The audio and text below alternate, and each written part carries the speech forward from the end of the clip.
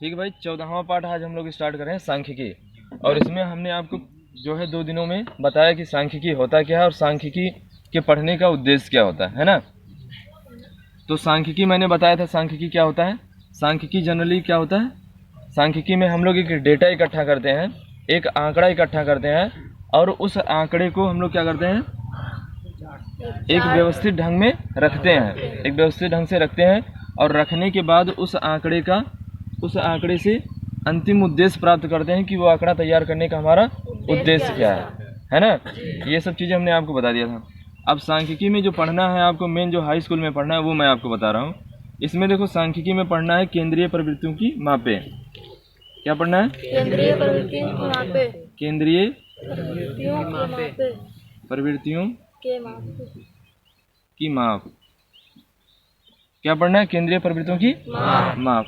इसमें हमें 3 चीजें पढ़ना है। पहला तो हमें पढ़ना है समांतर माध्य, और दूसरा पढ़ना है मध्यिका, और तीसरा पढ़ना है बहुलक, है ना। क्या पढ़ना है? बहुलक। और सबसे पहले हम लोग पढ़ेंगे समांतर माध्य। तो कोई भी हमने बताया था, जो डेटा हम लोग इकट्ठा करते हैं, आंकड़ा तैयार करते हैं, उसको 2 तरीके से दिखाया जाता है। एक तो बताया सारणीय निरूपण और एक बताया था आलेखीय निरूपण, है ना।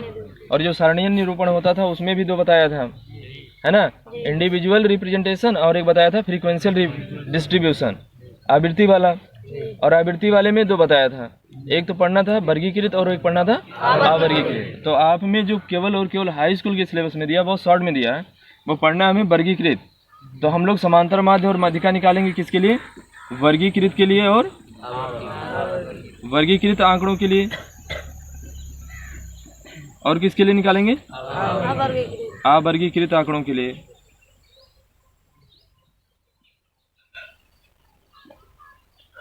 है ना। तो वर्गीकृत और अवर्गीकृत आंकड़ा होता क्या है? वर्गीकृत और अवर्गीकृत आंकड़ा होता क्या है? जिसमें मैं बताया था आवृत्ति ना दिया हो। क्या ना दिया हो? आवृत्ति, या कह दो बारंबारता ना दिया हो। क्या ना दिया हो? बारंबारता ना हो, है ना। और वर्गीकृत में यार बारंबारता, अवर्गीकृत में बारंबारता नहीं होता है, उल्टा लिख दिया। तो जिसमें बारंबारता ना हो, और वर्गीकृत में क्या होता है? बारंबारता होता है ना। जिसमें बारंबारता हो वो क्या होता है? वर्गीकृत आंकड़ा। और जिसमें बारंबारता ना हो वो अवर्गीकृत आंकड़ा, है ना। आप समझ में आ गया? तो आप में केवल यही वाला दिया है, वर्गीकृत वाला दिया है। तो वर्गीकृत से स्टार्ट करते हैं और अवर्गीकृत वाला भी आपको पढ़ा देंगे, है ना। तो पहले हम लोग पढ़ते हैं अवर्गीकृत आंकड़ों का, इसका वर्गीकृत आंकड़ों का समांतर माध्य। क्या पढ़ेंगे? वर्गीकृत आंकड़ों का समांतर माध्य। ये 3 चीजें पढ़ना हमें। अब केवल आप देखो, सुनते जाओ। वर्गीकृत आंकड़ों का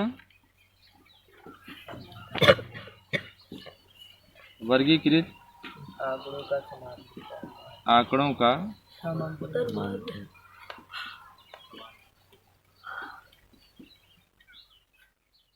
तो वर्गीकृत आंकड़ा जिसमें आपको क्या पता होगा?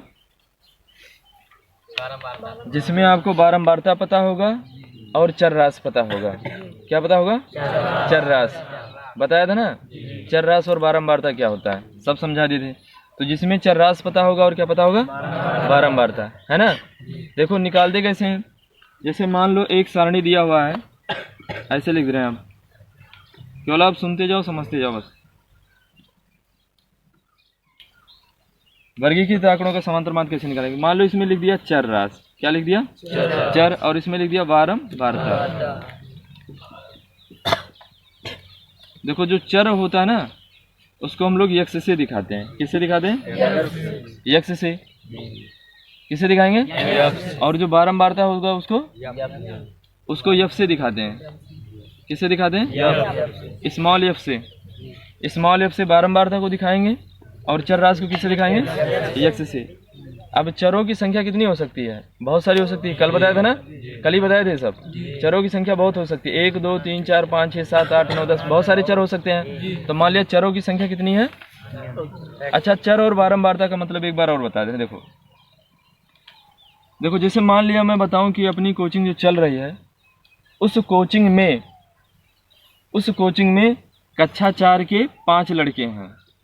पहले तो ऐसे कह दिया मैं कि 4 का एक लड़का पढ़ रहा है, कक्षा 4 का एक लड़का है, कक्षा 5 का एक लड़का है, कक्षा 6 का एक लड़का है, कक्षा 7 का एक लड़का, कक्षा 8 का एक लड़का है, कक्षा 9 का एक लड़का है। तो कुल मिलाकर बच्चों की संख्या कितनी हो जाएगी? एक इसका है, एक इसका है, एक इसका है, एक इसका, एक इसका और एक इसका। मतलब कुल मिला के अपनी कोचिंग में कितने बच्चे हैं? 6 बच्चे हैं, है ना? 6 बच्चे। तो यही एक एक जो है ये चर है आपका, है ना? 6, 7, 8, 9 ये जो बनेगा क्या बनेगा? चर बन जाएगा।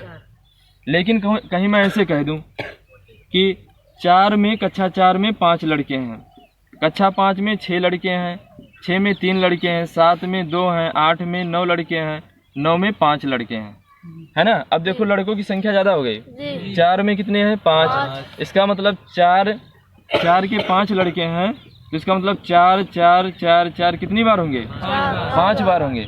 तो ये 5 बार रिपीट हो रहा है कि नहीं रिपीट हो रहा है? तो ये आवृत्ति है, या इसको बोलते हैं बारंबारता। समझ गए ना? बारंबारता। और 4 जो बनेगा वो क्या बनेगा? चर बनेगा। तो चर आपका कोई जरूरी नहीं 1 हो, 2 हो, 3 हो, 4 हो। चर आपका बहुत सारे हो सकते हैं। तो मान लिया चरों की जो संख्या है उसको मान लेंगे क्या है? पहले चर जो है, अब देखो जैसे मैं लिख दिया 2, 5, 6, 7, 8, है ना? तो 1, 2, 3, 4, 5 ये सब चर है। तो चरों की संख्या को इसको बोलेंगे पहला पद, इसको बोलेंगे दूसरा पद, इसको बोलेंगे तीसरा पद, चौथा पद, पांचवा। यानी चरों की संख्या इसमें 5 है ना? तो 5 पद इसमें है चर। तो ये कोई जरूरी नहीं 5 पद हो, मान लो कई सारे पद हैं। तो पहले पद के चर को हम कहेंगे x1, दूसरे पद को कहेंगे, तीसरे पद को, ऐसे मान ले कितने पद हैं? n पद हैं, n चर है ना? तो पहले पद में चरों की संख्या x1 है, दूसरे में x2 है, तीसरे में x3 है, और कहाँ तक है मान लो? n तक है। समझ गए ना? तो ये पहला चर है, ये दूसरा चर है, ये तीसरा चर है, ये चौथा चर है। ऐसे बारंबारता मान ले रहे। पहली बारंबारता f1 है, दूसरा, तीसरा, और कितनी बारंबारता है? fn है ना? अब इनका जब हमें कहेगा समांतर माध्य निकालो, क्या निकालो? समांतर माध्य निकालो। तो कैसे निकालेंगे समांतर माध्य? सबसे पहले समांतर माध्य निकालने के लिए हम लोग क्या करेंगे? वर्गीकृत वाला, है ना? तो सबसे पहला काम ये करेंगे कि जो चर होगा और बारंबारता होगा दोनों का गुणा करेंगे। चर और बारंबारता क्या करेंगे? गुणा करेंगे दोनों का। तो इसका इसमें गुणा करेंगे तो क्या हो जाएगा? f1 x1 होगा कि नहीं होगा? इसका इसमें गुणा करेंगे तो समझ में आया ना? इसका इसमें गुणा करेंगे तो समझ में आया ना? इसी तरीके से गुणा करते चले जाएंगे। कहाँ तक करेंगे? fn xn, है ना? समझ में आया? हम लोग जो चर दिया होगा और बारंबारता दिया होगा, सबसे पहले उन दोनों को क्या करेंगे? गुणा करेंगे। सबसे पहले दोनों को क्या करेंगे? गुणा करेंगे। और गुणा करने के बाद, है ना, गुणा करने के बाद हम लोग क्या करेंगे? बारंबारता वाले को जोड़ेंगे। तो जब जोड़ने के लिए मैंने बताया, जोड़ने के लिए किसका चिन्ह लगाते हैं? सिग्मा। सिग्मा का मतलब होता है जोड़ना। जैसे मान लो जोड़ना हमें कहाँ तक? मान लो जोड़ना है x1 + x2 + x3 जोड़ना है।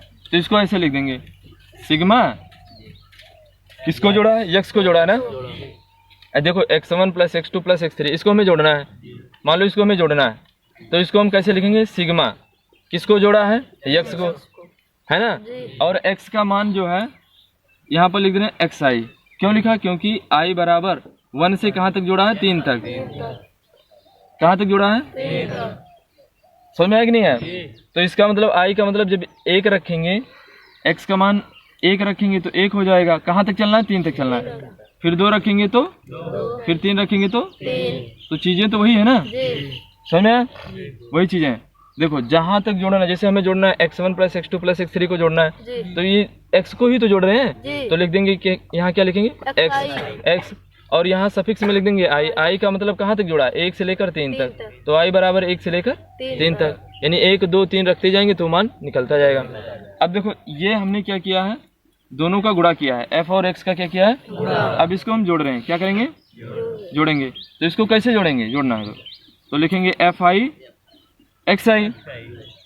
भाई दोनों को जोड़ना ही तो ऐसे जोड़ना है। देखो f1 x1 + f2 x2 + F3x3 plus कहाँ तक जोड़ना है F1 x नहीं तो जोड़ना है। तो अब बताया जिसको जोड़ना होता है, जैसे x को जोड़ रहे थे तो x लिख रहे थे, अब फिर fx को जोड़ रहे हो ना, तो यहाँ पर क्या लिखेंगे fx लिख देंगे, और यहाँ 1 2 3 4 5 सब में वही है, तो यहाँ लिख देंगे fi और xi। इसका मतलब i का मान जो है कहाँ से कहाँ तक है, 1 से है n तक। तो जब i का मान 1 रखोगे, i का मान 1 रखोगे तो f1 x1 बनेगा, 2 रखोगे तो क्या बनेगा f2 x2 बनेगा, 3 रखोगे तो क्या बनेगा f3 x3 बनेगा, और कहाँ तक रखोगे n तक, तो वही चीज़ आ जाएगी नहीं आ जाएगा। जोड़ने के लिए हम लोग सिग्मा का प्रयोग करते हैं, तो इसको जोड़ दिया, और वैसे इसको जोड़ेंगे तो क्या लिखेंगे f को तो जोड़ रहे हो ना, तो f लिखेंगे, क्या लिखेंगे fi, और i का मान कहाँ से कहाँ तक लेंगे 1 से n तक। समझ में आ गया ना, क्लियर। तो यहाँ पर बारंबारताओं का योग ले लेंगे, तो ये देखो गुणनफलों का योगफल जो आ रहा है कितना आ रहा है, इतना आ रहा है, और बारंबारता का योगफल कितना आ रहा है, इतना आ रहा है। तो जब हम निकालेंगे वर्गीकृत आंकड़ों का समांतर माध्य, तो उसको लिखेंगे समांतर माध्य बराबर समांतर माध्य, और समांतर माध्य को किससे दिखाते हैं x बार से, मीन वैल्यू एवरेज वैल्यू है, इसलिए उसको लिखते हैं x बार। x बार बराबर क्या हो जाएगा आपका sigma fi xi upon sigma fi, और i बराबर n 1 से लेकर, और यहाँ भी हो जाएगा i बराबर 1 से लेकर n तक। तो ये आपका मेन फार्मूला बना समांतर माध्य ज्ञात करने का। ये किसके लिए है, हम 3 चीजें पढ़ेंगे इसमें, 3 चीजें पढ़ेंगे, केंद्रीय प्रवृत्तियों की मापों में 3 चीजें पढ़ेंगे, समांतर माध्य, माध्यिका और बहुलक। तो पहला टॉपिक हमने उठाया है समांतर माध्यिका, और समांतर माध्य में 2 का पढ़ना है, एक तो पढ़ना है वर्गीकृत आंकड़ों का और एक अवर्गीकृत। तो पहले हम लोग किसका पढ़ रहे हैं, वर्गीकृत आंकड़ों का पढ़ रहे हैं। वर्गीकृत का मतलब जिसमें बारंबारता और चर दोनों दिया होगा, समझ गए ना, समझ में आ गई बात। चलो तो फिर वर्गीकृत आंकड़ों का समांतर माध्य 1 2 लगाते हैं ना। ध्यान सुनो, ये क्वेश्चन में लिखा रहेगा, ऐसे क्वेश्चन में लिखा नहीं हूँ, ऐसे लिखा रहेगा दिए गए आंकड़ों का समांतर माध्य ज्ञात कीजिए। क्या लिखा रहेगा, दिए गए आंकड़ों का समांतर माध्य ज्ञात कीजिए, ऐसे प्रश्न में लिखा रहेगा दिए गए आंकड़ों का समांतर माध्य। मैं लिखूं या नहीं लिखूं आप समझ लेना क्या करना है, समांतर माध्य क्या करना है, ज्ञात करना है, ठीक है ना। क्वेश्चन में लिखा रहेगा दिए हुए आंकड़ों का समांतर माध्य ज्ञात कीजिए। तो सबसे पहला काम हम जो दिया होगा उसका सारणी बनाएंगे, जैसे अभी सारणी बताया था ना बनाने के लिए, ऐसे बनाएंगे। देखो ऐसे,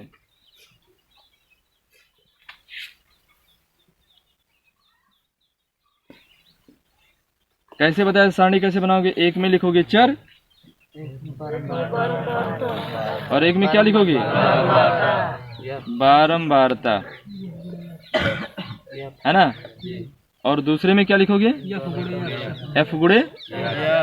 समझ में आ गया। तो जो दिया हो चर, पहले चर कितना दिया है 0.5 0.6 0.8 0.9 11 और 12। अब देखो इसमें कंफ्यूजन में ये नहीं होना है कि 0.5 का मतलब क्या, 0.5 का मतलब 5 ही होता है। एक्चुअल में जो संख्या लिखी जाती है इकाई और दहाई में लिखी जाती है। तो जैसे आप केवल 4 लिख देते हो तो वो एकदम शुद्ध नहीं है, 4 को 4 नहीं लिखा जाता, उसको 0.4 लिखा जाता है। एक्चुअल में ये सही है, समझ गए ना, क्योंकि जो संख्या होती है इकाई और दहाई में होती है। तो अब यहाँ पर बारंबारता कितना दिया हो 0.3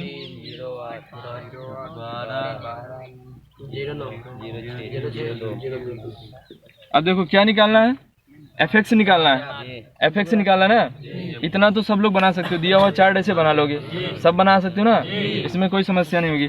अब दोनों का गुणा करना है, क्या करना है, दोनों का गुणा करना है। तो 3 का गुणा 5 में 3 5 कहोगे 0 कहाँ गया, अब 2 अंकों की संख्या होगी तो 0 नहीं लगाते हैं, है ना। 6 त्रिक 12 8 96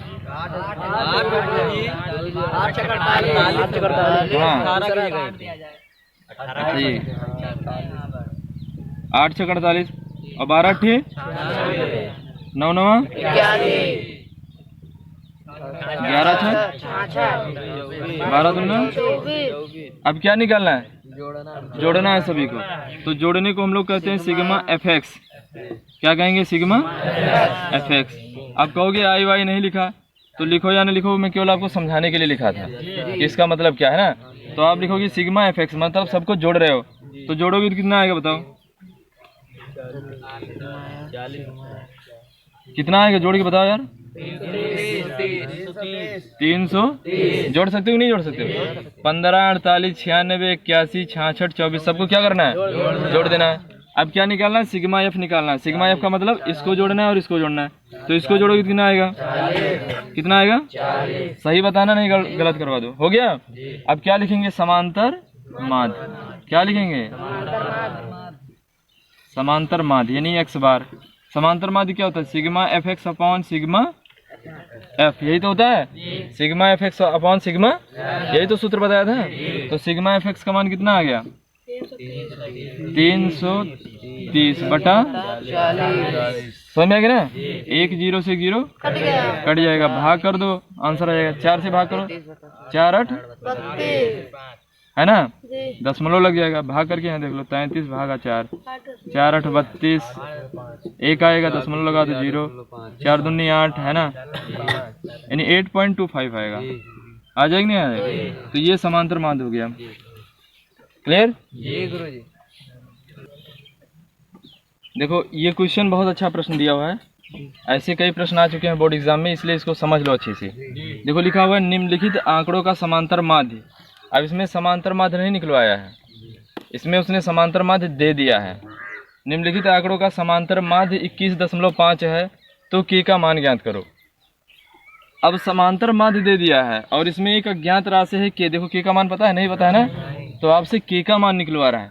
समांतर माध्य दिया है ना, अज्ञात राशि अब पूछ रहा है। पहले राशियां देता था, समांतर माध्य पूछता था, उल्टा कर दिया, थोड़ा प्रोसेस लंबा हो गया। तो देखो पहले करेंगे क्या, वही पुराना काम, इधर लिखेंगे चर, इधर लिखेंगे बारंबारता एफ और एक्स। समझ में बात आ गई। तो अब देखो चर कितना दिया, 15, 5, 15, 25, 35, 45। बारंबारता 6, 4, 2। अब गुणा करो, 5 6, इसमें क्या लिखेंगे एफ एक्स, क्या लिखेंगे इसमें एफ एक्स। 6 पंचे 15 चौका 25 तिया 35 गुणे के, 35 गुणे के, यानी हो जाए 35 के। 45 दूना, समझ में आएगा कि नहीं समझ में आया? ऐसे नहीं करोगे आप, 35 और के का गुणा करोगे तो ऐसे कर दो। करना आता है गुणा कि नहीं आता है? तो ये 35 के बनेगा, 35 गुणे के है ना, 35 प्लस के नहीं बनेगा, गुणा कर रहे हैं। अब देखो जोड़ना है, तो बारंबारता को सबसे पहले जोड़ लो। अच्छा कहीं कहीं बारंबारता ऐसे भी लिखा होता है, यन बराबर लिखा होता है, तो समझ लो वही चीज है कि सिग्मा एफ बराबर क्या ले लिया, यन ले लिया है। तो चीजें वही है, चाहे सिग्मा एफ लिखो या कैपिटल एन लिखो, बात वही है, उसमें कोई डाउट नहीं है ना। तो यहाँ पे यन लिख दोगे तब भी सही है, एफ लिखोगे तभी सही। अब जोड़ो, 6 4 10 प्लस 3 13, 13 2 अब 15 में के और जोड़ना है। देखो फिर से समझो, 15 के नहीं होगा, गलत बता रहे हो। सुनो इधर सुनो, फिर से सुनो, 6 4 10 10 3 13 13 2 अब 15 में जोड़ना है, तो जोड़ोगी तो ऐसे तो लिखोगी ना, गुणा थोड़ा ना करना है। ये कहाँ जुड़ जाएगी, ये दूसरी राशि है, ये चर राशि है और ये अचर राशि है, समझ रहे हो ना। तो ये चर और अचर है, तो इसको ऐसे जोड़ेंगे 15 प्लस के। तो अब लिखेंगे 15 प्लस का के। समझ में आ गया? तो ये किसका मान निकल गया, सिग्मा एफ का। अब किसका मान निकालेंगे, सिग्मा एफ एक्स निकालेंगे। तो सिग्मा एफ एक्स निकालो, कितना हो जाएगा, इसको भी जोड़ लो यार।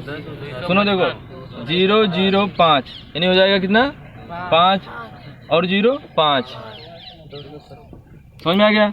6 3 9 9 7 9 7 16 16 3 19 19 और 9 19 9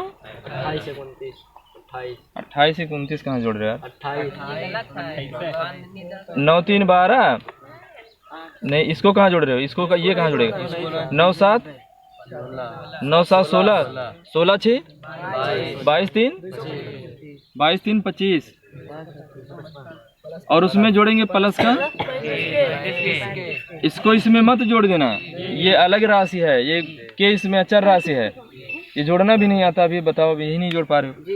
इसको अलग से जोड़ देना, ये तीनों को चारों को जोड़ लेना, उसमें ये 35 बाद में जोड़ लेना। समझ में आ गया ना, क्योंकि ये एक अलग राशि है। अब क्या लिखेंगे, समांतर माध्य। क्या लिखेंगे, समांतर माध्य।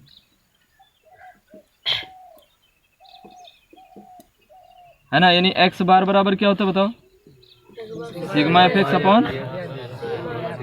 तो देखो समांतर माध्य दे रखा है उसने, कितना दिया है, 21.5। तो यहाँ पर x बार की जगह पर क्या लिखेंगे, 21.5, क्योंकि समांतर माध्य दिया है ना, x बार दिया है इसमें। x बार का मान कितना है, 21.5। तो 21.5 और इसका मान कितना आ गया, 255 प्लस का। अब यार इतना बड़ा बड़ा समीकरण हल कर लें, छोटा सा समीकरण नहीं हल कर पाएंगे। और ये हो जाएगा बटा 15 प्लस का। समझ में आ गया ना। अब करेंगे, भाग इधर आएगा तो गुणा हो जाएगा, भाग इधर आएगा तो क्या हो जाएगा, तो हो जाएगा 21.5 गुणे 15 प्लस के बराबर 255 प्लस का 35 के। नहीं समझ में आया। देखो बटे में होता ना, भाग होता इधर आएगा तो क्या हो जाएगा, गुणा। तो हम लिख देंगे। अब देखो यहाँ ब्रैकेट क्यों लगाया ये भी बता दे रहे हैं। मैं बताया कभी भी दो राशियाँ जुड़ी होती ना तो ब्रैकेट लगाते हैं, क्यों, क्योंकि जो गुणा होगा वो दोनों में होगा, एक में नहीं होगा, इसीलिए यहाँ पर ब्रैकेट लगा दिया। अब इसका इसमें गुणा करोगे तो कितना हो जाएगा, 15 का गुणा इसमें करोगे 15 पचे और 15 का अंदर 15 7 22 है ना, और 15 दूना 30 और हासिल 2 आया था, 30 और 2 एक अंक बाद दशमलव लगा दो और प्लस इसका इसमें गुणा करोगे तो 21.5 गुणे के बराबर 255 प्लस का। समझ में आ गया ना। देखो मैं 15 से इसमें गुणा कर दिया तो 15 पचे 75 और 15 का 15 और 7 22 और 15 दूना 30 और 2 32 और प्लस का इसमें गुणा किया तो 21.5 के और इसको ऐसे रहने दिया। अब एक काम करो, इसको उठा के इधर ले आओ और इसको उठा के उधर ले जाओ, क्योंकि जिसका मान निकालना है उसको एक साइड में कर लो और जिसका मान नहीं निकालना उसको दूसरे साइड में। हमें मान किसका निकालना है, के का निकालना है, तो के को हम इधर कर ले रहे हैं, बाकी चीज़ उठा के उधर कर देंगे। तो के को इधर ले आओ तो हो जाएगा 21.5 के माइनस ये इधर आएगा तो क्या हो जाएगा 35 के। समझे कैसे, अगर प्लस में उधर से आएगा इधर तो माइनस हो जाएगा, प्लस में इधर आएगा तो माइनस, और इसको उठा के उधर कर दो तो 255 माइनस का 322.5। अब इसको घटा दो यार। अब ऐसे समझ लो, ये लिखा हुआ है 21.5 और लिखा है -35। अब -35 में से 21.5 घटाना है, कितना बचेगा 13.5 बचेगा। घटा सकते हो नहीं घटा सकते हो, और अगर नहीं भी घटा सकते हो तो ऐसे घटा लो 35 माइनस का 21.5 घटा दो। कहोगे सर जी इससे घटाना है, अरे यार घटा लेते हैं, बड़े से छोटा घटाते हैं, हमेशा बड़े से छोटा घटाते हैं और साइन जिसका ज़्यादा रहता है उसका लगाते हैं। देखो ये माइनस वाला ज़्यादा है तो जो घटाएंगे ज़्यादा वाले में से घटाएंगे छोटा वाला, और माइनस वाला ज़्यादा तो चिन्ह क्या लगाएंगे, माइनस लगाएंगे। समझ गए ना।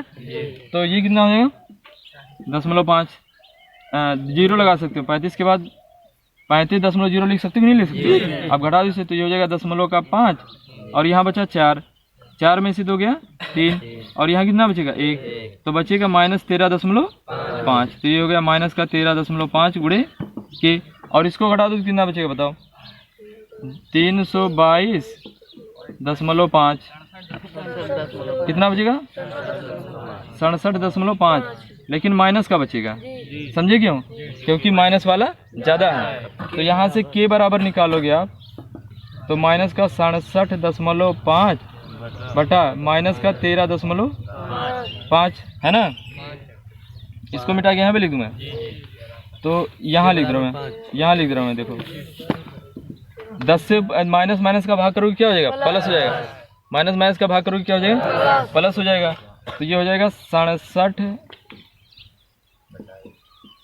समझे कैसे 10, देखो एक अंक बाद इसमें दशमलव, एक अंक बाद इसमें दशमलव, तो 10 से ऊपर नीचे कर दो गुणा, तो 10 से गुणा कर दोगे तो इसका दशमलव उड़ जाएगा और इसका दशमलव उड़ जाएगा, तो हो जाएगा 675 बटा 135। अब काट दो आप, काट दोगे ना, तो ये काटोगे तो 5 आएगा, काट के देख लेना या भाग कर देना डायरेक्टली, कितना आ जाएगा 5 आ जाएगा।